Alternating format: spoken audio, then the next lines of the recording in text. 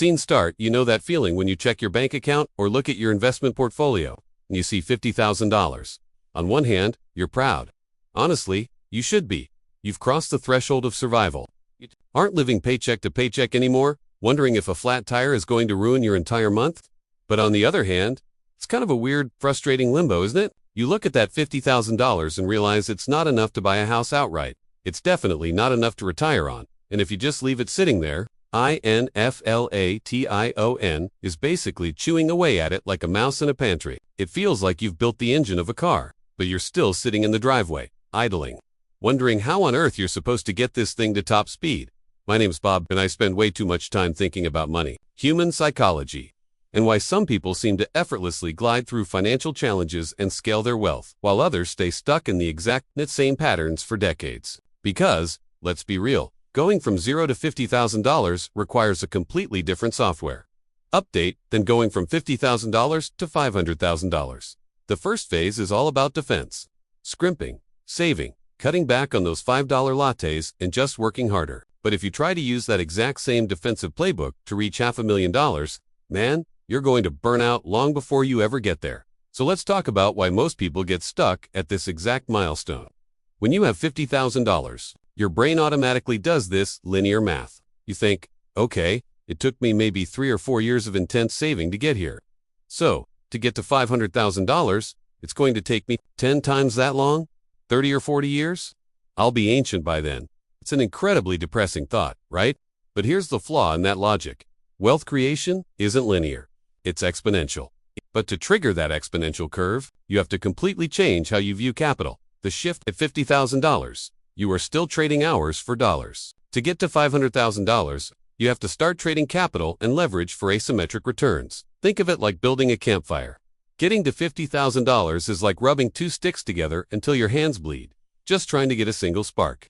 It's pure, exhausting physical effort. But once you have that tiny, fragile flame, that's your $50,000. Your job completely changes. You don't keep rubbing the sticks together. If you do, you'll actually smother the spark. Your job now is to carefully feed the fire with the right kind of fuel so it can grow on its own. This brings us to the first real lever you need to pull. Redefining your relationship with risk. When you have nothing, risk is terrifying because a single mistake puts you on the street. But at $50,000, you actually have a safety net. You have what I like to call boredom money. Money that gives you the breathing room to make strategic mistakes to scale fast. You need to look for asymmetric bets. Linear bet.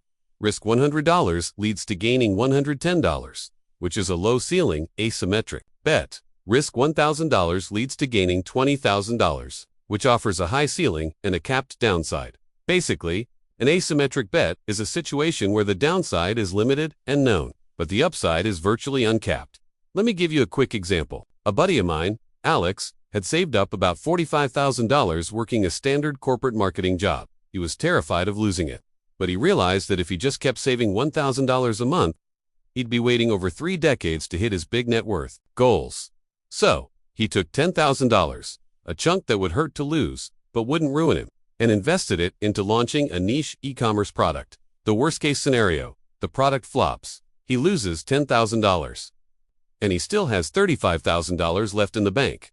He's sad, but he's not homeless. The best-case scenario, the product catches on, generates cash flow, and can be scaled or sold. Long story short, the first product actually did flop. He lost about $6,000. But the second product hit.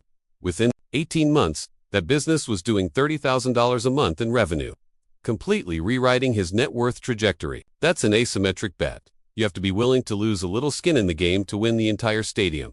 Honestly, we need to talk about the elephant in the room.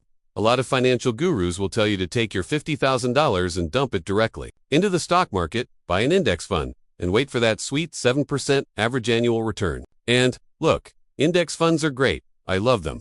But let's do the actual math here. If you put $50,000 into the S&P 500 and it grows by 7% in a year, you made $3,500? Woohoo! That's barely enough to cover a decent vacation or a surprise repair bill on your car. Is not going to scale you to $500,000 fast. Putting $50,000 at a 7% return equals $3,500 a year, which is the slow track. Alternatively, Putting $10,000 invested in a high-income skill equals a $50,000 plus increase in earning capacity, which is the fast track. At this stage of the game, the highest return on investment you can possibly get is not from Wall Street. It's from investing in your own earning capacity. Now don't get me wrong. I'm not saying you should go out and buy a $5,000 online course from some guy flashing a rented Lamborghini on Instagram. Please, don't do that. What I mean by investing in yourself is acquiring rare and valuable skills that the market desperately wants but few people have. If you are a generalist, you get paid generalist wages.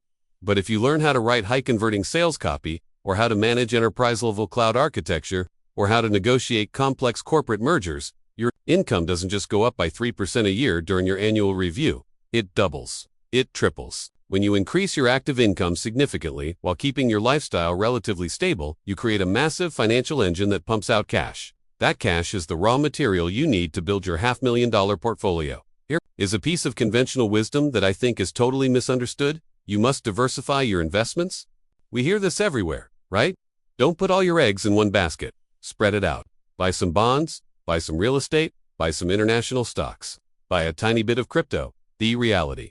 Diversification is a strategy designed to preserve wealth. Concentration is the strategy used to create it. When you already have $10 million, diversification is your best friend because your only goal is to not lose it.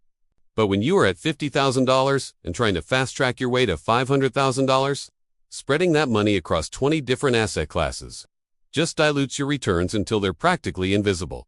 You need to pick one or two vehicles that you deeply understand and go all in on them. An active business focusing on areas like micro SaaS and agency or content works for scaling because it brings high cash flow and full control over growth. Concentrated real estate focusing on small multifamily units or live-in flips works because it offers massive leverage through bank financing. High conviction equities focusing on 2 to 3 undervalued growth sectors work because deep research allows for outsized gains. For me, it was focusing entirely on digital leverage, building media assets and content ecosystems. For you, it might be finding deeply undervalued small multifamily real estate properties in your local area, where you can add value through renovations. Whatever it is, find your lane, become an absolute expert in it, and concentrate your capital. There, it's nerve-wracking, sure, but focus is the ultimate accelerator. Let's talk about leverage. Because this is where things get really interesting and where people usually get into trouble. When most people hear the word leverage, they think of credit card debt or crazy margins on stock trading apps that can wipe out your entire life savings in a single afternoon. And yet, that kind of leverage is financial poison. But there is a type of leverage that wealthy people use as a ladder.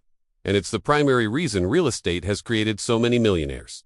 Imagine you take your $50,000 and use it as a 10% down payment on a $500,000 property. Bear with me on the numbers here. It's the concept that matters. You don't own $50,000 worth of real estate. You control $500,000 worth of real estate. If the property value goes up by a modest 5% in a year, the property is now worth $525,000. The $25,000 gain isn't a 5% return for you because you only put down $50,000. That's a 50% return on your actual invested cash. That is the power of OPM of the people's money. When you combine safely long-term leverage with an asset that cash flows, meaning the tenants are paying down the mortgage for you, you are effectively scaling your net worth using the bank's balance sheet. It's like putting a supercharger on your financial engine. Okay, let's take a quick breath here, because all of these strategies, increasing your income, making asymmetric bets, using leverage, they are completely useless if you have a leak in your financial boat. There's this weird psychological phenomenon that happens when you hit $50,000. You start feeling a little bit wealthy. You think, man, I've worked so hard for this. I deserve an upgrade. So you trade in your reliable, slightly dented sedan for a sleek new SUV with a $700 a monthly payment. You start eating out at places where they don't print the prices on the menu. You move into a nicer apartment because, hey, you can afford it now, right? This is what I call lifestyle creep, and it is the absolute silent killer of wealth. Income increases cause expenses to increase proportionately, which means net savings stay flat.